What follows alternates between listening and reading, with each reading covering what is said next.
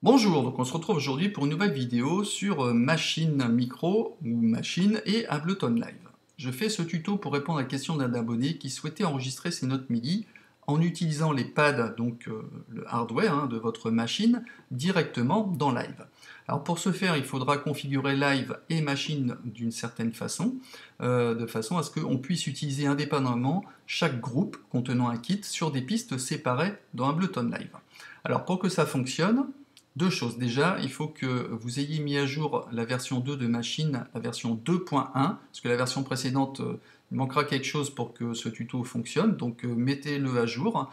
Et au niveau des plugins, il faut que vous installiez sur votre piste MIDI le Machine 2 en VST et non pas en Audio Unit, parce qu'il y a une option qui n'apparaîtra pas, je vous le montrerai au cours de ce tuto. Alors, je vais commencer par lancer Machine 2, ici. Alors avant toute chose, on va faire apparaître ici IO, les entrées-sorties, puisque ça sera utile tout à l'heure.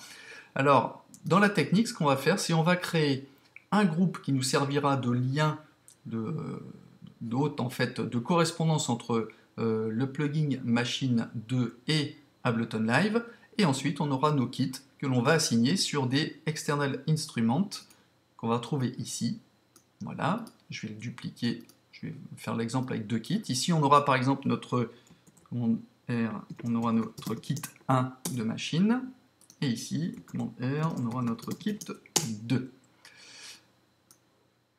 Machine ici nous sert de référence pour jouer, pour entendre nos sons, et il faudra que l'on route le chemin MIDI d'une certaine façon, de façon à ce qu'il arrive pour enregistrer les notes et qu'il soit restitué dans Machine. Ainsi, on va pouvoir utiliser les pads physiques de Machine dans Live.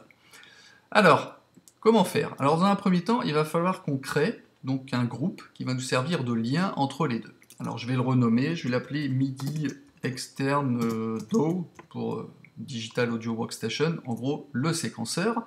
On fait un clic droit et ici vous avez une option groupe MIDI Batch Setup qu'il faut mettre sur Sound to MIDI Note puisque ce sont des MIDI notes que l'on va envoyer. Cette option vous ne l'avez pas à cet endroit-là sur les versions précédentes de Machine version 2, il faut absolument la version 2.1.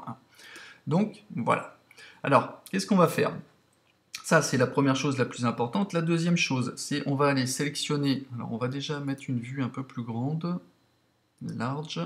Ce sera plus simple pour vous et pour moi. On va sélectionner le premier Shift et le dernier pad de façon à ce qu'ils soient tous sélectionnés. On le sait quand ils sont tous grisés. Et là, on va aller donc dans Sound. On va sélectionner le petit bouton ici. Dans Output, on va aller sélectionner ici, dans MIDI, host, c'est-à-dire hôte, c'est-à-dire on va passer par l'hôte pour envoyer nos données MIDI. Tous les instruments doivent bien être sur le canal MIDI 1. Vous voyez, ils sont tous sur le MIDI 1. Observez d'ailleurs que ici au niveau, j'ai une transposition automatique qui est faite sur chacun de mes sons. Alors, il y aura une petite chose à vérifier également dans le groupe. On va revenir sur Input. Il faut que le MIDI soit activé et qu'il ne soit pas sur All, mais bien sur le canal MIDI 1. Pourquoi? Parce que sinon, toutes les notes de tous les canaux vont se mélanger, et ça va être la cacophonie, on ne va pas s'y retrouver. Chose importante aussi, votre pad par défaut, physique, les pads sont sur le C3 et non pas sur le C1. Ce qui fait qu'il faut que vous montiez avec la souris sur le C3, ici, pour que vous puissiez avoir toutes les notes et entendre toutes les notes quand vous allez taper sur vos pads. Ça, c'est la première configuration à faire. Une fois que ceci est fait, je dirais à la limite c'est le plus gros du travail qui a été fait. Vous pouvez faire un clic droit, Save As, l'enregistrer, de façon à ce que vous puissiez le retrouver ici. Ainsi, vous n'aurez pas à chaque fois que vous souhaiterez utiliser cette configuration de machine dans Ableton Live, vous ne serez pas obligé de refaire cette manipulation. Vous le prenez, hop, et vous le glissez, vous le créez directement. Ok ? Voilà, pour revenir à l'affichage des instruments de la librairie de NI, il faut recliquer sur NI. D'accord? Alors maintenant, ce qu'on va faire, c'est on va créer un kit. Voilà, je vais celui-ci, par exemple. Hop. Alors, je vais le mettre ici. Voilà, on va supprimer pattern. Donc là, il y a une configuration à faire également sur le kit. Alors, on prend le premier, le dernier, on les sélectionne tous.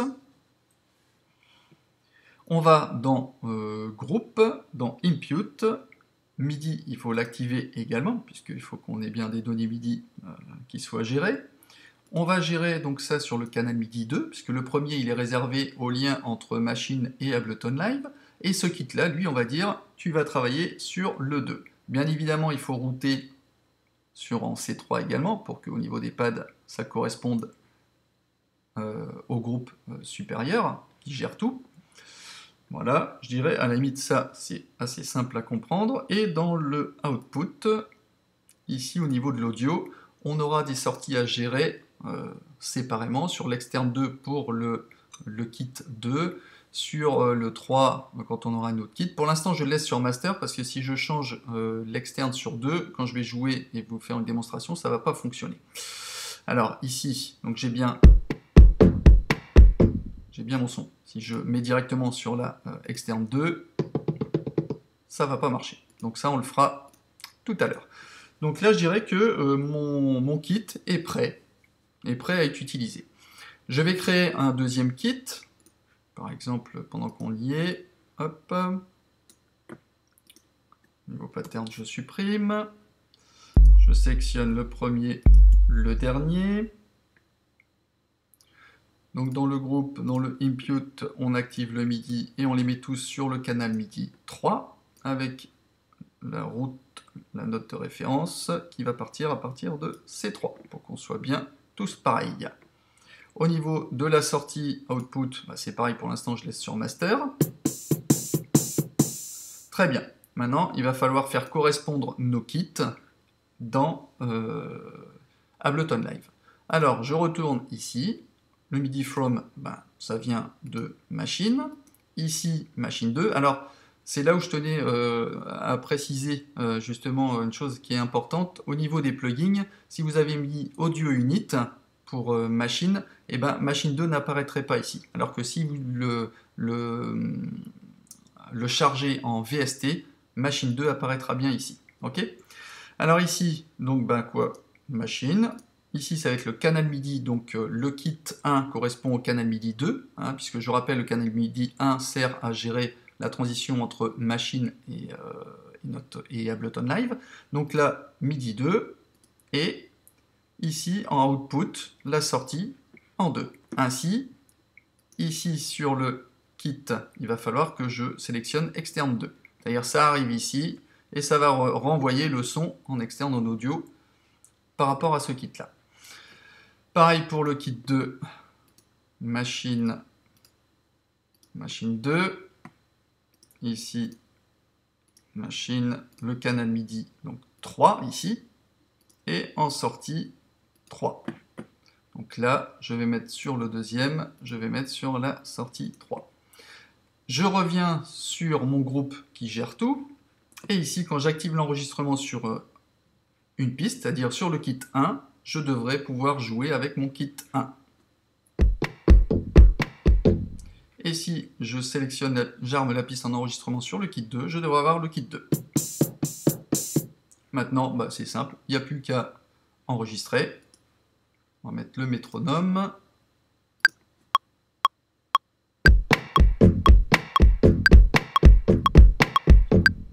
Etc. etc. Après, c'est pour l'exemple. Après, on va armer ici.